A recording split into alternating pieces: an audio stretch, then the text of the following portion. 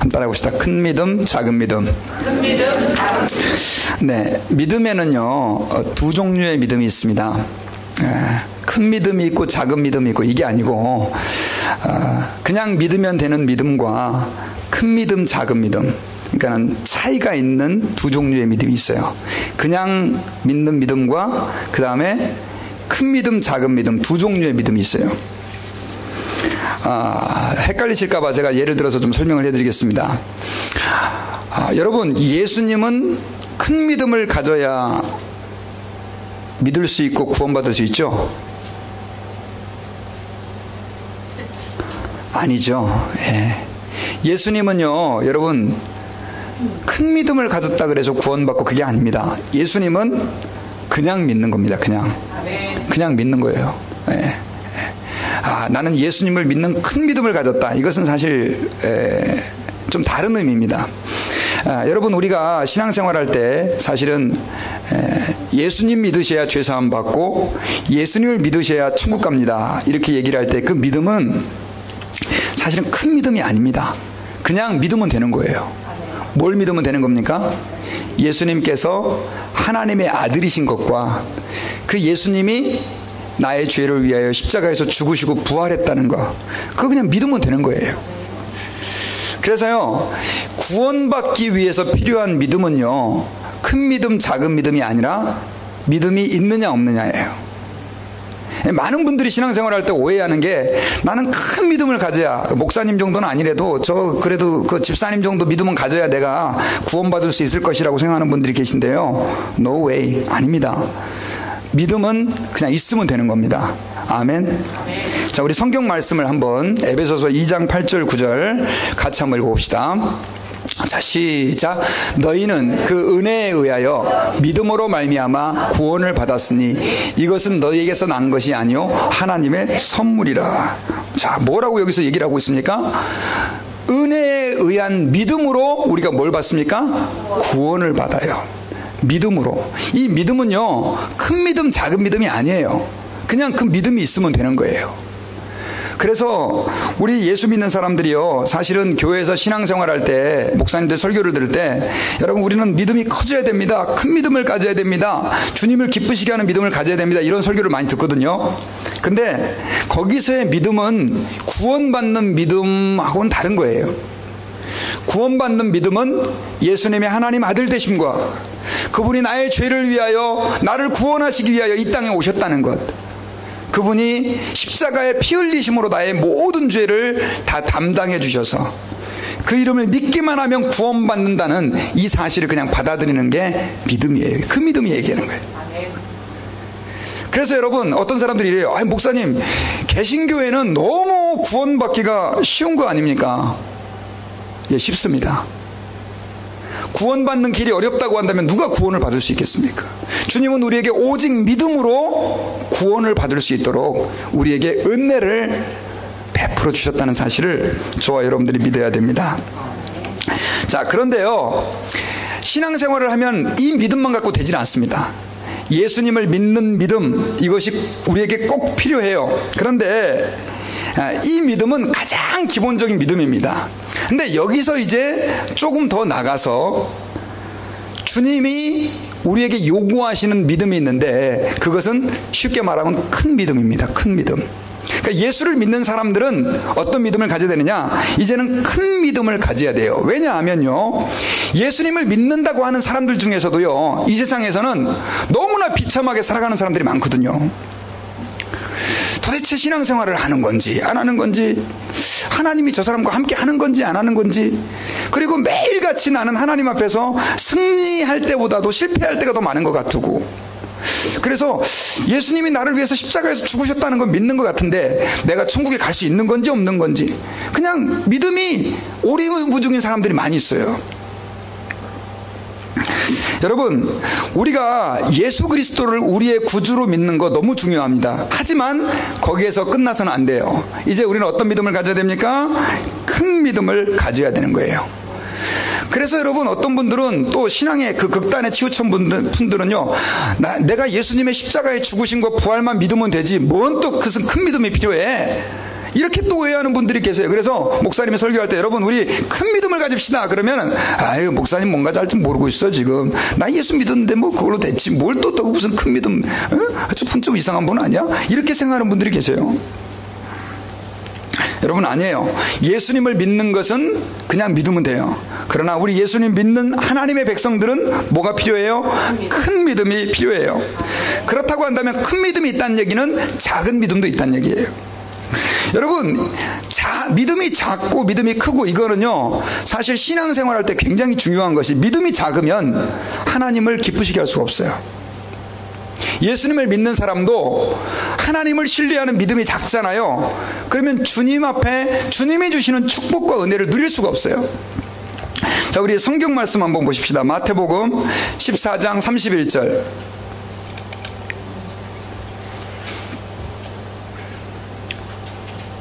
자, 같이 한번 읽어봅시다. 시작. 예수께서 즉시 손을 내밀어 그를 붙잡으시며 이르시되 믿음이 작은 자여 왜 의심하였느냐. 이것은 베드로가요 물 위로 걸어갔다가 주여 주님이시면 저를 오라고 명령을 해 주십시오. 그러면 내가 가겠습니다 해가지고 베드로가 물 위를 걸었어요. 얼마나 큰 믿음입니까? 놀라운 믿음입니까?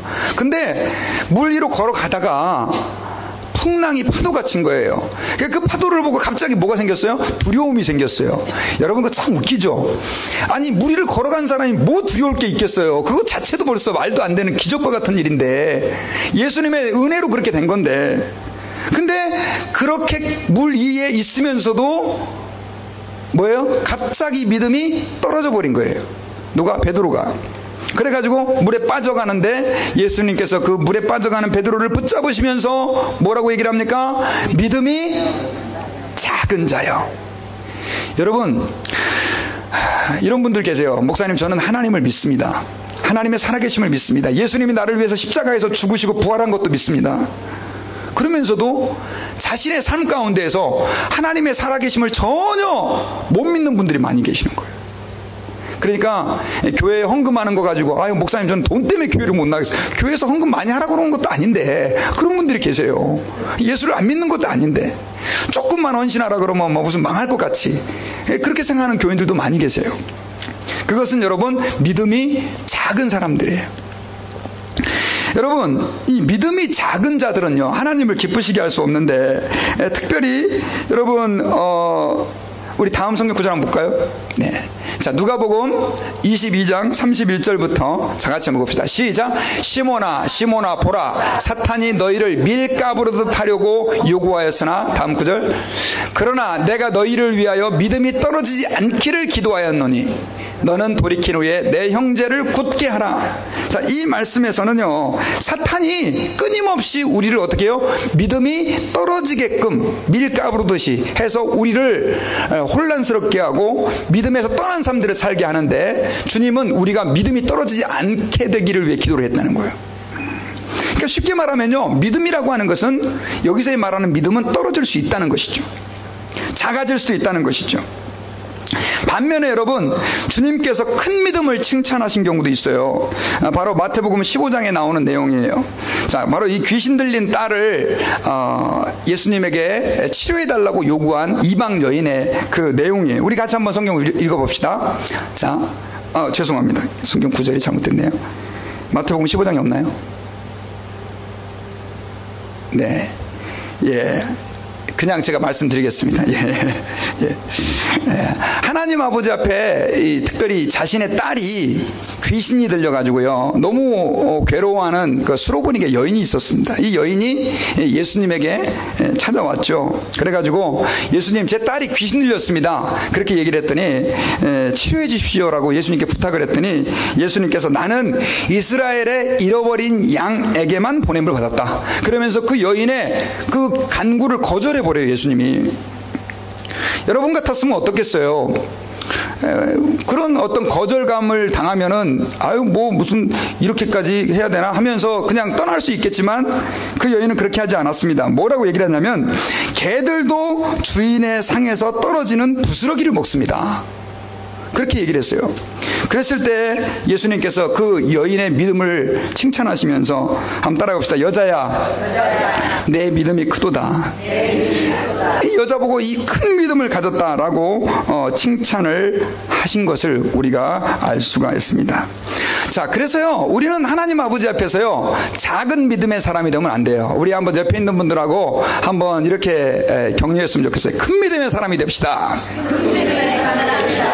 예, 큰 믿음의 사람이 돼야 돼요. 근데 우리가 하나님 앞에서 큰 믿음의 사람이 돼야 되는 중요한 이유가 있어요. 그 첫 번째 이유는 뭐냐면요, 믿음이 있어야 하나님을 기쁘시게 하기 때문에 그래요. 믿음이 있어야 하나님을 기쁘시게 해요. 여러분, 우리는 신앙생활의 목표가 뭡니까? 하나님을 기쁘시게 하는 거잖아요. 자, 히브리서 11장 6절 우리 아까 나왔는데요. 자, 같이 한번 읽어봅시다. 시작. 믿음이 없이는 하나님을 기쁘시게 하지 못하나니 하나님께 나아가는 자는 반드시 그가 계신 것과 또한 그가 자기를 찾는 자들에게 상 주시는 이심을 믿어야 할지니라. 자, 믿음이 없이는 누구를 기쁘게 못해요? 하나님. 믿음이 없으면 하나님을 기쁘시게 못해요. 여러분 믿음이 작잖아요. 그러면 주님이 어떻게 해요? 기뻐하지 않아요. 속상해하세요. 야, 너 왜 이렇게 믿음이 없냐? 성경에 그런 내용들이 많이 있죠. 풍랑 때문에 두려워 떠는 제자들에게도 너희가 왜 믿음이 없느냐? 주님이 이런 말씀을 하시죠. 여러분, 우리가 믿음을 그러나 가지게 되면 주님은 어떻게 해요? 굉장히 기뻐하세요. 오늘 이따가 이제 우리 본문도 살펴볼 텐데, 그 본문에서 주님이 백부장을 보시고 너무 기뻐하셨는데 그것도 백부장의 뭐 때문에? 믿음 때문이었다는 것입니다. 그 다음으로 또 우리가 하나님 아버지 앞에서 믿음을 가져야 되는 이유는요, 믿음을 가지지 않을 때, 큰 믿음을 가지지 않을 때 믿음으로 행하지 않는 모든 것들은 다 죄가 되기 때문에 그렇습니다. 우리 로마서 14장 한번 읽어볼까요? 자, 시작. 의심하고 먹는 자는 정죄되었나니 이는 믿음을 따라하지 아니하였기 때문이라. 믿음을 따라하지 아니하는 것은 다 죄니라. 여러분, 목사님, 저는요 믿음이 별로 없어요. 난 그냥 믿음 없는 대로 살래요. 그러나 그 믿음이 없는 삶을 오늘 성경에서 뭐라고 얘기하고 있습니까? 죄다. 믿음을 따라 하지 않는 것이 다 죄다라고 말씀을 하고 있어요. 그리고 또 한 가지, 하나님 아버지 앞에서요 우리가 믿음을 가져야 되는 이유는요, 우리 마태복음 9장 한번 볼까요? 네. 자, 같이 한번 읽어봅시다. 시작. 이에 예수께서 그들의 눈을 만지시며 이르시되 너희 믿음대로 되라 하시니. 자, 여기서 우리가 믿음을 가져야 되는 이유는요, 자, 이것은 앞을 보지 못하는 시각장애인 소경의 눈을 주님이 치료해 주시는 내용이에요. 그런데 주님이 눈을 치료해 주시면서 뭐라고 말씀을 하세요? 너희의 믿음대로 되라. 이 말은 무슨 말이냐면, 그들이 예수님이 내 손을 만지시며 안수해 주실 때 내 눈이 나을 거라고 믿는 믿음이 있는 사람만 눈을 뜨는 거예요. 자, 여러분 절 좀 보세요. 예를 들면 여러분들이 지금 다 환자, 지금 많이들 환자 아프신데 많잖아요. 근데 예수님이 여기 오셨어요. 오셔가지고 자, 내가 너희들 이 병을 위해서 기도를 해주겠다 하는데, 예수님께서 한 사람 한 사람 이렇게 몸을 만지면서 기도를 해주시는데, 예수님이 이렇게 얘기를 했어요. 김 집사님, 김 집사, 네 믿음대로 될지어다. 근데 이 김 집사는 예수님이 기도해 준다고 해서 뭐 병이 낫게 하겠나, 그런 마음을 가지고 있었다면 이 사람은 병이 나았을까요, 안 나았을까요? 안 나았어요. 안 나았죠. 예수님이 기도해 주는 것도 되게 중요해요. 그러나 그 마음에 뭐가 있어야 된다고요? 믿음이 있어야 되는 거예요. 주님이 하실 수 있다는 거. 여러분, 이거 기억하셔야 돼요. 하나님은요 우리에게 복과 은혜를 주시기를 원하세요. 그런데 우리가 거기에 대한 믿음이 없으면, 하나님을 신뢰하는 믿음이 없으면 그 은혜와 복을 담을 수가 없어요. 그래서 우리에게 뭐가 필요하다? 믿음이 필요하다는 사실을 저희들이 기억해야 됩니다. 오늘 본문은요 우리가 잘 알고 있는 내용입니다. 예수님께서 이제 가버나움이라고 하는 곳에서 백부장을 만난 사건이에요.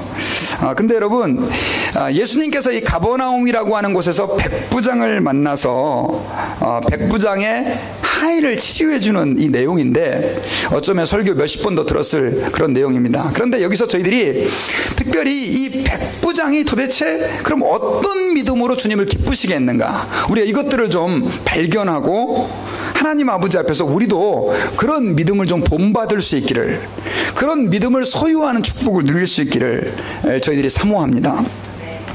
자, 여러분, 오늘 본문이 있었던 그 장소는요, 어디냐면 가버나움이라고 하는 곳이에요. 근데 특별히 여러분, 가버나움이라고 하는 곳에서 이 백부장이 예수님을 더 기쁘시게 했던 데는 몇 가지 이유가 있습니다. 왜냐하면요, 이 가버나움에서는 예수님이 굉장히 기적을 많이 행하셨어요. 많이 행하셨는데 어떤 기적을 행하셨냐면요, 베드로의 장모님의 병을 고쳤고요, 그 다음에 중풍병자의 병도 고치기도 하고, 또 문둥병자를 고쳐주기도 하고, 그 다음에 그 야이로 회당장에 죽었던 딸을 살려내기도 했습니다. 그리고 우리가 잘 알고 있는 혈루병 사건 있죠. 그 혈루병 여인을 고친 것도 가버나움이고, 손이 마른 사람을 고쳐준 것도 가버나움입니다. 그런데요, 이 가버나움이 예수님에겐 별로 기분 좋은 도시가 아니었어요. 왜였냐? 그렇게 예수님이 기적을 많이 행했지만 결국 그 사람들이 예수님을 믿었어요, 안 믿었어요? 안 믿은 거예요. 안 믿은 거예요. 그래서요, 마태복음 11장 20절 우리 성경 구절 한번 같이 읽어보십시다. 시작. 예수께서 권능을 가장 많이 행하신 고을들이 회개하지 아니하므로 그때 책망하시되, 다음 구절, 화했을진저 고라시나 화했을진저 벳세다야, 너에게 한 모든 권능을 도로와 시돈에서 행하였다면 그들이 벌써 베옷을 입고 재에 앉아 회개하였으리라 라고 얘기를 하고요. 그 다음에 23절 같이 한번 읽어봅시다. 시작.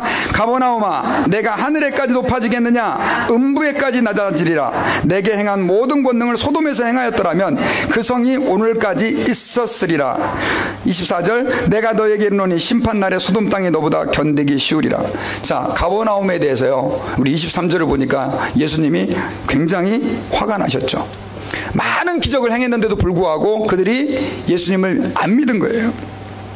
쉽게 말하면 가버나움 사람들은 마음이 너무나 완고한 사람들이고, 한번 생각해보세요. 그러한 기적을 봤으면 믿을 것 같은데 이 사람들은 여전히 예수님을 믿지 않는 그런 아주 딱딱하고 강팍한 사람들이었다라고 하는 것이죠.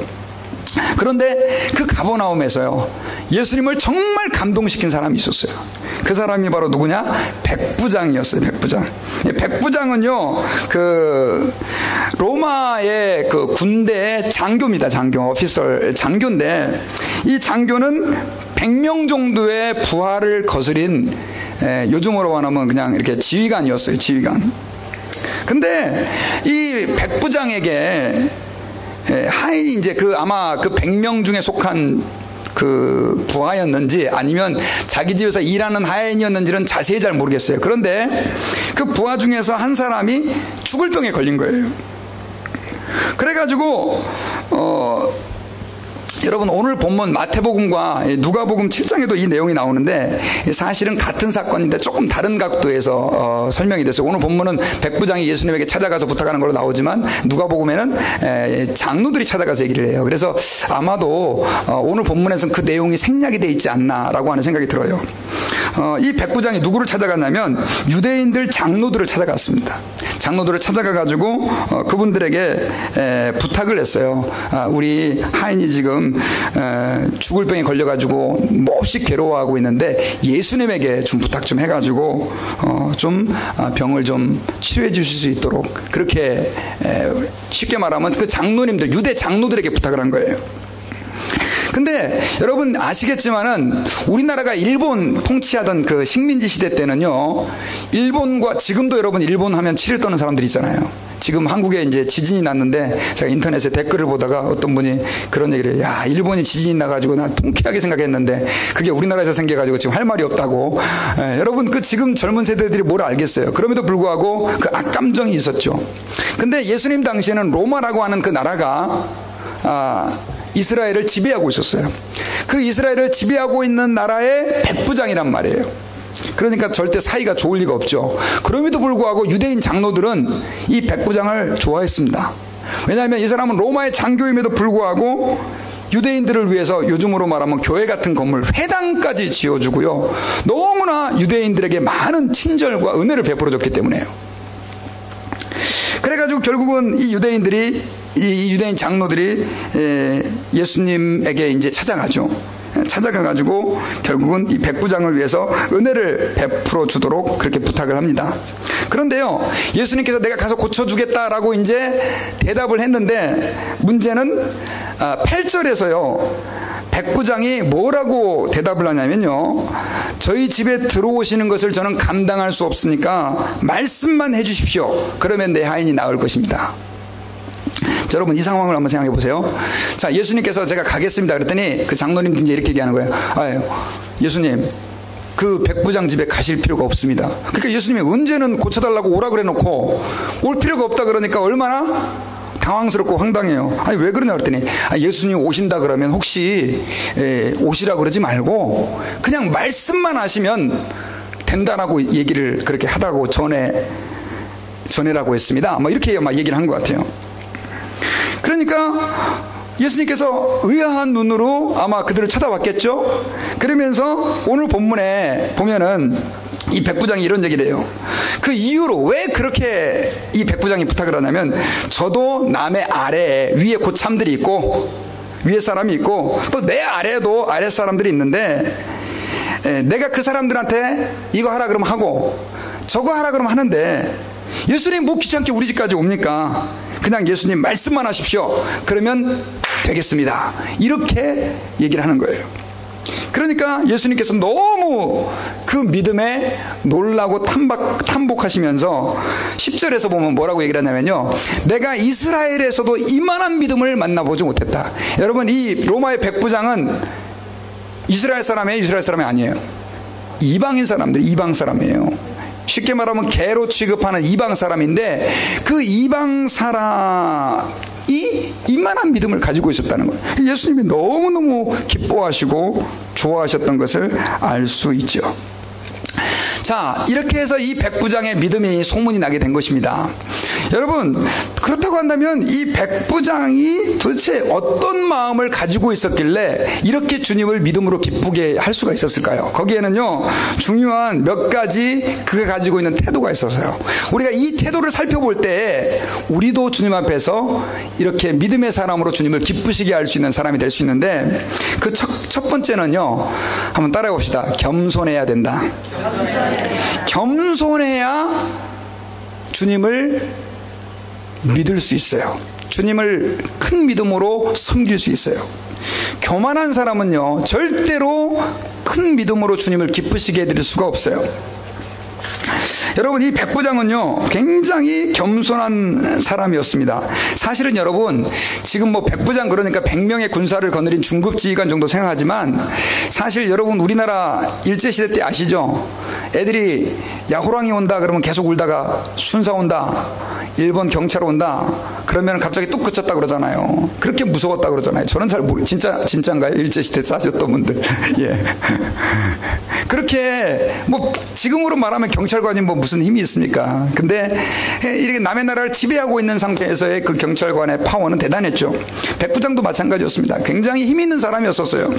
그럼에도 불구하고 그는 굉장히 겸손한 마음으로 예수 그리스도를 대할 수 있었다는 것이죠. 그랬을 때 그가 바로 이러한 믿음의 고백을 할 수 있었던 거예요. 특별히 여러분 백부장이 이런 고백을 하죠. 예수님이 저의 집에 들어오시는 것을 감당할 수 없습니다. 이렇게 고백을 했는데, 이 원어 성경에 보면은요 뭐라고 얘기를 하냐면 지붕 아래라고 하는 표현을 사용해요. Under the roof 이렇게 표현해요. 예수님이 내 집에 들어오는 것을, 이것을 영어로 표현하면 내 지붕 아래로 오는 것을, 이런 표현을 사용하는 거예요. 쉽게 말하면 이 예수님께서는 온 우주보다 높으신 분인데 감히 나와 같은 사람의 집에 지붕의 아래에 들어오는 것을 나는 감당하지 못하겠다. 그러니까 여러분 예수님을 어떻게 해요? 지극히 높은 분으로 인정하면서 자기는 아무것도 아닌 사람. 사실 여러분 그 백부장이요 직접 예수님에게 찾아갔었어도 됐겠죠. 그래도 백부장이니까. 그런데 많은 학자들이 왜 누가복음 말씀을 보면 장로들을 대신 보냈을까 이렇게 얘기를 하는데, 그거에 대해서 이렇게 해석을 해요. 아마도 이 백부장이 직접 찾아가서 얘기를 했으면 혹시 로마의 그 장교와 예수님이 서로 만나는 것이 예수님에게 뭐가 될까봐, 해가 될까봐 예수님을 배려하는 차원에서 그렇게 장로들에게 부탁을 했는데, 어쨌든 간에 그 식민지의 백성 아니에요. 그 장로도 그렇고 예수님도 그렇고. 그러니까 백부장이 그렇게 자기 자신을 낮추는 겸손한 마음을 가지고 있었기 때문에 결국은 그가 예수님 앞에서 이런 고백을 할 수 있었다라고 하는 것이죠. 여러분, 우리 예수 믿는 사람들이요, 하나님 아버지 앞에서 정말 저희들은 겸손해야 됩니다. 겸손해야 하나님 앞에서 큰 믿음을 가질 수 있어요. 제가 여러분 오늘도 새벽에 눈을 뜨고 일어나서 하나님 앞에서 눈을 뜨자마자, 이제 주일이잖아요, 기도한 게 있어요. 그게 뭐냐면, 하나님, 내가 오늘 또 설교를 해야 됩니다. 제가 설교를 저도 20년 넘게 했지만, 하나님이 함께 해주시지 않으면 저는 아무것도 아닙니다. 저는 그냥 마른 막대기입니다. 하나님이 함께 해주세요. 하나님께서 은혜를 베풀어 주세요. 그런 기도를 했어요. 여러분, 가끔씩 제가요, 정말 유명하다는 어떤 목사님들 이렇게 집회를 가요. 근데 어떤 때는 너무나 괜찮은 분인데도 불구하고 마음이 냉랭해지고요, 그분은 설교를 너무 잘해요. 근데 하나도 은혜를 못 받는 경우가 있어요. 또 어떤 분들은 별 볼 일 없는 분인데도 마음에 그냥 이렇게 은혜가 되고 감동이 되고 그런 때가 있더란 말이죠. 여러분, 뭐의 차이예요? 여러분, 이거 기억하셔야 돼요. 우리가 하나님 아버지 앞에 은혜를 받고 하나님의 영광을 체험하고 하는 것들은요, 사실 하나님께서 해주셔야 되는 거예요. 설교자가 잘해가지고 막 저분은 너무 말을 능수능란하게 잘해, 저분은 막 감동적이야, 그래가지고 우리가 은혜를 받는 게 아니에요. 여러분요, 하나님께서 함께 해주셔야 된다는 것이죠. 그래서 여러분요, 교만한 사람은 절대로 믿음이 생길 수가 없어요. 교만한 사람은 하나님을 의지할 필요가 없거든요. 누가 하면 돼요? 내가 하면 되는 거예요. 내가. 지지난주 월요일 날인가요, 우리 김영신 목사님 아프셔가지고 같이 모시고 이제 한의원을 갔어요. 한의원을 갔는데, 그분이 아주 오랫동안 달라스 지역에서 이렇게 한의사 생활을 하신 분이세요. 그래 이제 목사라고 그러니까 이제 어떻게 교회 얘기 나오고 또 신앙적인 얘기 나오는데, 그분이 거기 있는 동안 치료 시간보다도 더 길게 저희가 이제 얘기를 하다 왔는데, 계속해서 한 얘기가, 교만하면 안 되죠, 목사님. 교만하면 안 돼요. 저는 저보고 교만하지 말라 그러는 줄 알았더니 그게 아니고 뭐 그런 의미도 있었는지 모르겠어요. 자기가 자기 인생을 돌아보니까 하나님 앞에서 교만한 인생은 살아갈 수가 없더라는 거예요. 그래서 자기가 어렸을 때 사실은 교회를, 아버지가 한의사이셨는데 구호물품 받으려고 이렇게 교회를 갔대요. 그래서 어렸을 때부터 교회를 다니기 시작했는데, 조금 나아지면 교회를 등한히 하고 뒤로 떠나버리고 세상에서 벙하는데, 그러면은 하나님이 그냥 팍 때려가지고 다시 천부의 의지 없어서 기어 나와가지고 하나님께 나오고, 그러다 또 괜찮아지면 또 나도 모르는 사이에 또 떠나가고, 그러면 또 하나님이 팍, 그러면서 그분이 그거를 인생이 70 넘게 사시면서 많이 경험하신 거예요. 하시는 말씀이 뭐냐면, 목사님, 교만하면 안 됩니다. 교만하면 안 됩니다. 정말 자기 인생의 그 히스토리가 하나님 앞에서 뭐 해야 된다? 겸손해야 된다. 그런 얘기를 하세요. 그러다 보니까 여러분, 교만하지 않은 사람은요, 누구를 의지할 수밖에 없습니까? 하나님을 의지할 수밖에 없지요. 하나님을 의지할 수밖에 없어요. 우리 예수 믿는 사람들은요, 하나님 앞에서 겸손해야 됩니다. 오늘 이 백부장이 정말로 예수님을 기쁘시게 할 수 있었던 것은, 나는 우리 집에 그 예수님이 그 지붕 아래 설 수도 없을 만큼 그분은 높은 분이고 나는 아무것도 아니라라고 하는 생각들을 가져야 됩니다. 여러분, 제가 아는 그 사모님 한 분이요, 이제 목사님이 박사과정을 공부하세요. 그래가지고 그분이 이렇게 정수기 필터를 교환하시는 분이 계세요. 근데 그분하고 이제 저희 집에도 오셔가지고 이렇게 하시는데, 한번 이야기를 하다가 자기 신세 한탄을 좀 하시는 거예요. 어떤 한탄을? 이분이 이제 달라스 지역에 여러 집들을 다 이제 다니시잖아요. 다니는데 우리 한국교회 교인들 중에요, 한국 사람들 가운데 정말 자기가 와서 필터를 교환하고 하는데, 정말 그 하인 부리듯이, 종 부리듯이 그렇게 대하는 사람이 있다는 거예요. 근데 기분이 좋겠어요, 안 좋겠어요? 기분이 안 좋죠. 그 나중에 교회 다니는 건 이제 아니까 그분이 한참 무시당하다가 나중에, 혹시 교회 다니세요? 교회 다니는 걸 알면서도. 그러면 얘 다니는데요. 어느 교회 다니세요? 예, 어느 교회 다닙니다. 그러네. 그 교회 목사님이 누구시죠? 그 목사님이 저희 담임 목사님하고 친구인데요. 지금 저희 담임 목사님이 박사과정 공부하고 있어가지고 제가 지금 이렇게 일하고 있다고. 그러면요, 그 얘기를 하면 갑자기 태도가 달라진대요. 그러세요? 그러면서 제가 그 얘기를 듣고 얼마나 마음이 씁쓸했는지 몰라요. 여러분요, 우리 안 믿는 사람들은 그럴 수 있어요. 안 믿는 사람들은. 그러나 우리 예수 믿는 사람들은요, 그러시면 안 돼요. 하나님 앞에서도 겸손해야 되고 사람 앞에서도 어떻게 해요? 자기 자신을 낮출 줄 알아야 돼요. 그리고 나보다도 좀 덜 가지고 힘이 없고 못한 사람이라 할지라도 무시하거나 함부로 대해서는 절대 안 되는 거예요. 이 겸손함 위에 하나님을 기쁘시게 하는 믿음이 담겨진다라고 하는 사실을 저희들이 기억해야 합니다. 그리고 또 한 가지는요, 우리가 겸손하다는 것을 알 때 또 한 가지는 우리는 뭘 느낄 수 있냐면 하나님의 전지전능하심을 인정할 수밖에 없어요. 여러분, 아까 그 백부장은요, 어떻게 그가 그렇게 하나님 앞에서 큰 믿음으로 하나님을 기쁘시게 할 수 있었느냐? 여러분 보세요. 예수님을 사람으로 대하고 있습니까? 하나님으로 대하고 있습니까?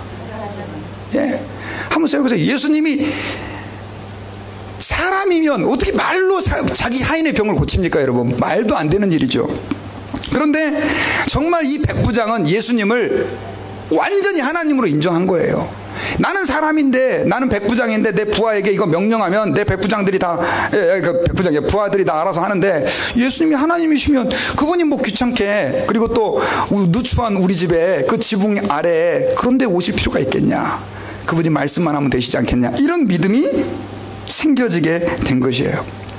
여러분, 우리가 하나님 앞에서요, 큰 믿음을 가지려면, 죄송합니다, 뭐 복잡하게 생각할 필요 없어요. 하나님의 하나님 되심을 믿으면 돼요. 그냥. 자, 우리가 믿는 하나님은 어떤 분입니까, 여러분? 온 천지 만물을 창조하신 분이세요. 우리가 믿는 하나님은요, 우리의 심장과 폐부를 뼈까지 다 만드시고 지으신 분이시고요, 우리의 삶을 주관하시고 이끄시는 전지전능하신 하나님이에요. 근데 우리 삶 가운데 지금 많은 문제들이 있어요. 백부장은 자기 하인이 질병이 들었지만 우리는 그와 비슷한 다른 종류의 수많은 문제들을 가지고 있다고요. 재정적인 문제, 질병으로 인한 문제, 자녀들로 인한 문제, 부모님으로 인한 문제, 친척으로 인한 문제, 직장의 직원, 사장 문제, 하여튼 보니까 전부 다 문제들이 사람하고 연관돼 있죠. 그런데 우리는 그 문제 속에서 허덕이고 있어요. 근데 여러분, 이거 기억하셔야 돼요.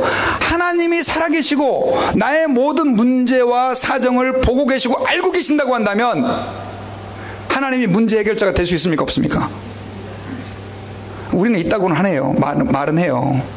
그러나 내 삶 속에서는 하나님보다 몸이 아프면 누구를 더 의지합니까? 의사를. 그렇다고 여러분 몸 아프다고 병원 가지 말라는 건 아니에요. 여러분 병원 가셔야 돼요. 그러나 이거 기억하셔야 돼요. 의사가 여러분들 병 고치는 거 아니에요. 하나님이 의사의 손길을 통해 여러분을 고쳐주는 거예요. 어떤 사람은 병원 갔다가 오히려 더 큰 병 얻어가지고 빨리 돌아가신 분도 계세요. 저는 하나님께서 의사도 허락해주고, 그러니까 어떤 분들은요, 몸만 아프면 무조건 의사를 의지하는 거예요. 저분은 나의 목자시니, 저분은 나의 하나님이시니 내가 아픈 동안만, 이렇게 생각하는 거예요. 돈도 마찬가지입니다. 여러분, 돈 중요하죠. 돈 없으면 어떻게 삽니까? 특별히 미국은 계속 돈이 나가야 되는데, 근데 돈 때문에 벌벌벌 떠는 분들이 계세요.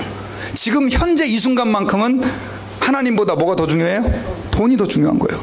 하나님은 조금 이렇게 뒤로 해도 상관없지만 돈은 지금 뒤로 할 수 있는 상황이 아니라는 거예요. 여러분, 하나님의 하나님 되심을 믿는다는 거, 이거 쉬운 거 아니에요. 그리고요, 많은 그리스도인들이 있지만 정말로 그렇게 믿고 사는 사람들이 적어요. 여러분, 저도 믿음이 되게 없었잖아요. 제가 한번 간증도 한 것 같은데 너무나 뼈저리게 제가 기억해가지고, 저는 고등학교 1학년 때부터 본격적으로 교회를 다니기 시작했거든요. 그랬는데 한 1년을 다니니까 교회에서 세례를 받으라고 그래요. 그래가지고 세례를 받기 위해서 이제 목사님에게 세례 문답을 갔는데, 목사님이 뭐 예수님은 뭐 누구냐, 뭐 제사장, 뭐 왕, 제사장, 선자 이런 것만 물어보면 좋은데, 대뜸 그분이 시간이 없었는지 너네 11조 하냐? 이렇게 물어보는 거예요. 세례 받는 사람한테. 근데 제가 11조를 그때만 해도 못하고 있었어요. 그때 제가 한 달 용돈을 얼마를 받았냐면 2만 원을 받았거든요. 제가 생각해보니까 제가 고등학교 때니까 2만 원도 작은 돈이 아니었어요. 그래가지고 2만 원에 11조면 얼마예요? 2,000원. 요즘 말하면 $2 정도밖에 안 되는 돈이죠. 그거만 11조를 하나 되는데 그게 너무너무 아까운 거예요. 저는 하나님을 믿고 예수님이 나를 위해서 죽으시고 부활하신 분이라고 믿었으니까 세례 받는다고 했겠죠. 그럼에도 불구하고 목사님이 세례만 주면 되는데 자꾸 뭘 물어봐요? 11조를 자꾸 그냥 강조를 하니까 아주 되게 불편하더라고요. 근데 나중에는 목사님이 11조를 안 하면 세례를 안 준다는 거예요. 그래가지고 제가 할 수 없이 목사님한테 그러면 저 11조 하겠습니다. 이거 어떻게 하나 이거 걱정이 많이 됐지만 하여튼 대답을 해놨어요. 그리고 나서 딱 은혜롭게 세례를 딱 받았습니다. 예수님은 나를 위해 십자가에 죽으시고 부활하신 분으로 믿습니다. 교회 앞에서 고백하고 세례를 딱 받았는데 11조를 그 다음에 하려고 그러니까 손이 떨려고 못하겠는 거예요. 손이 떨려가지고 2,000원만 하면 되는데. 그래가지고 그러고도 몇 달을 못했어요. 그러다가 야 그래도 내가 사나이인데 명색이 한번 해보자. 한번 그런다 그래서 내가 죽는 것도 아니고 그래가지고 진짜 큰맘 먹고 몇 달 만에 그 11조를 제가 태어나서 처음으로요 2,000원을 딱 드렸어요. 정말 그때 예배는 떨리더라고요. 하여튼 그래가지고 아무도 교인이 보이잖아요. 오직 내가 드리는 2,000원만 딱 보이는 거예요. 설교도 뭐 들었는지 기억도 안 나요. 그렇게 딱 드렸는데 마음이 기뻐요. 마음이 기뻐요. 근데 걱정이 되는 거예요. 2,000원이 없어졌는데 이제 어떻게 사나 한 달을.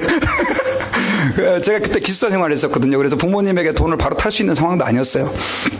근데 여러분 정말 놀라운 일이요. 제가 그런 일이 한 번도 없었는데 우연히 이제 그때 방학을 맞이해서 제가 서울을 올라가게 됐는데 기차를 타는데 그 기차에서 누구를 만났냐면은 전도사님을 만난 거예요. 전도사님을 만났는데 전도사님이 너 어디 가냐고 그래. 서울 갑니다. 할 때 나도 학교 그때 총신 다니시는 분이셨거든요. 나도 학교에 기차 타고 간다. 그랬더니 그럼 잘 됐네요. 같이 가면 되겠네요. 갔는데 그분이 저 돈을 기차비를 딱 내주는 거예요. 제가 지금 잊어버리지도 않아요. 3,700원. 이야.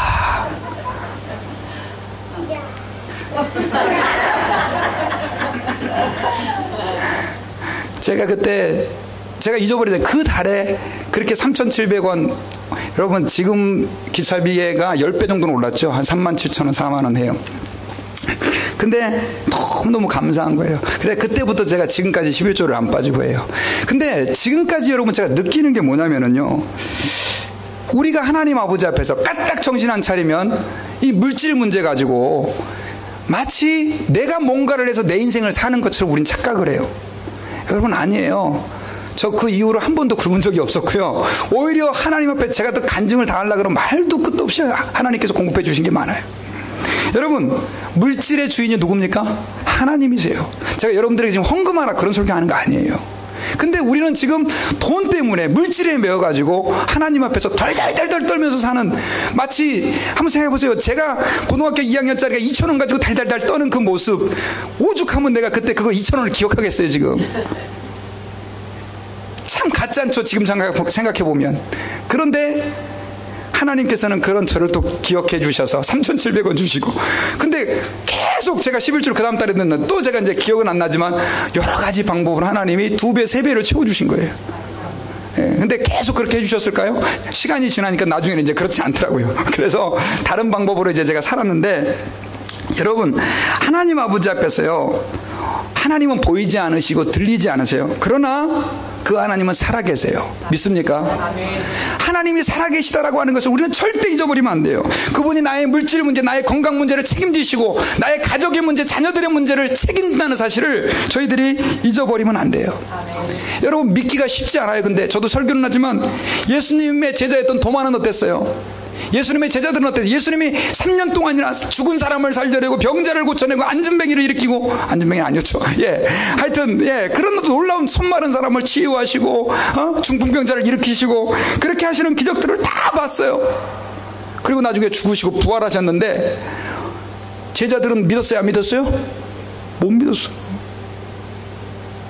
예수님을 뭘로 안 믿은 거예요? 하나님으로 인정하지 않은 거예요. 나중에 다른 제자들은, 10명의 제자들은 예수님을 이제 다 만났어요. 근데 그 자리에 누가 없었어요? 도마가 없었어요. 그러면 여러분 같았으면, 여러분이 만약에 도마였다, 그러면 10명의 제자들이 야 예수님 부활해가지고 우리 다 만났다, 그분하고 같이 이야기도 하고 식사도 했다, 그러면 여러분들이 그 자리에 없었어요. 예수님 만났어요. 그 제자들을 만났어요. 그러면 믿겠어요? 안 믿겠어요? 우리 같으면 믿겠죠. 그냥 근데 도마는 뭐라 그러냐면 나 못 믿겠다. 너네 다 지금 짜고 치는 고스톱이지. 거짓말하는 거지 지금. 그렇게 얘기한 거예요. 그러면서 도마가 뭐라 하냐면 나는 그분의 허리에 창자국과 손에 못자국을 만져보지 않고는 못 믿겠다라고 얘기를 해요. 누가요? 도마는데 예수님의 제자였던. 여러분, 예수 믿는 거 쉽지 않아요. 제가 죄송합니다. 지금 그분의 십자가의 부활과 죽으심과 부활은 믿을 수 있죠. 하지만 그분을 정말 살아계신 하나님으로 내 삶 가운데 믿는다는 거요, 여러분 쉽지 않을 수 있어요. 왜? 도마도 그랬으니까. 그래서 우리가 깨어서 이런 설교를 듣고 한번 내 자신을 점검해 봐야 돼요. 나는 정말 내 삶 속에서, 교회에서 말고, 교회에서 다 믿으니까, 내 가정에서, 내 직장에서 하나님의 살아계심을 믿느냐. 하나님은요, 알라딘의 마술램프처럼 내가 필요한 대로 딱딱 나타나지 않아요. 어떤 때 내가 필요한데 당장 안 나타나실 수도 있어요. 당장 안 공급해 주실 수도 있어요. 근데 그렇게 조금 어려워지니까 많은 사람들이 뭐라고 얘기를 해요? 아이고, 이게 하나님은 하나님이고 내 삶은 알아서 내가 개척해야 되고, 이렇게 생각하는 분들이 계세요. 여러분, 아니에요. 하나님의 살아계심을 우리가 믿는다고 한다면은 저희들은 어떻게 됩니까? 하나님 앞에서 이제는 그분이 내 삶의 주관자가 되고 계신다는 것을 잊어버려서는 안 되는 줄 믿습니다. 큰 믿음, 작은 믿음. 여러분, 주님을 기쁘시게 하는 것은요, 큰 믿음입니다. 작은 믿음 가져도 되는 게 아니에요. 작은 믿음은 주님을 아프게 만들어요. 너 왜 믿음이 없느냐? 너 지금 교회 다닌 지가 얼마 됐는데 너 왜 이렇게 믿음이 없냐? 네가 그래도 명색이 목사고 장로고 권사고 집사인데 너 왜 이렇게 믿음이 없느냐? 이게 주님의 한탄일 수도 있어요, 여러분. 여러분, 이 시간에 저희들이 하나님 앞에서 우리가 큰 믿음을 갖는다라고 하는 것, 그것은 이겁니다. 주님이 살아계시다라고 믿고 인정하는 거예요. 여러분, 그분을 한번 인정하고 믿어봅시다. 그리고 그 살아계신 하나님을 믿는다면 말씀대로 위험을 한번 감수해 봅시다. 위험을. 뭘 감수해요? 위험을 감수하는 거예요. 위험. 그게 믿음이에요. 여러분, 어떤 위험을 감수하고 계십니까? 하나님 앞에서. 그래서 어제보다는 오늘 내가 주님을 더 신뢰해야 되고, 오늘보다 내일 더 신뢰해야 되는데, 목사님, 제가 왕년에는요, 제가 이렇게 하나님께 헌신했어요. 왕년에는 여러분 소용없어요. 황수관 박사가 그랬잖아요. 흘러간 물로는 물레방아 못 돌린다고요. 그분이 돌아가시면서 명언을 남겼어요. 흘러간 물로는 물레방아 못 돌려요. 왕년에 믿음 좋은 거 하나도 소용없어요. 왕년에 믿음 좋았는데 지금은 믿음이 하나도 없어요. 주님이 야, 너 왕년에 믿음 좋았지? 아이고, 내가 너 때문에 아주 살맛나, 그러시겠어요? 절대 안 그래요. 왕년에는 믿음이 좋았는데 지금은 왜 그러냐? 한탄하실 거 아니에요. 여러분, 오늘 여러분들이 내가 어디 있는지를 저희들이 한번 살펴보고 하나님 앞에 믿음의 사람이 되시기를 주의 이름으로 축원합니다. 기도하겠습니다. 아버지, 고맙습니다. 이 시간에 저희들이 믿음에 대해서 들었습니다. 저희들 살아계신 하나님을 믿는다고 하면서도 오늘 말씀에 나오는 백부장처럼 하나님의 하나님 되심을 인정하지 못하고 살 때가 너무나 많음을 회개합니다. 아버지, 저희들의 눈을 열어주셔서 살아계신 하나님을 믿게 하여 주시옵소서. 큰 믿음으로 주님을 기쁘시게 해드릴 수 있도록 도와주시옵소서. 감사드리며 예수님 이름으로 기도드립니다. 아멘.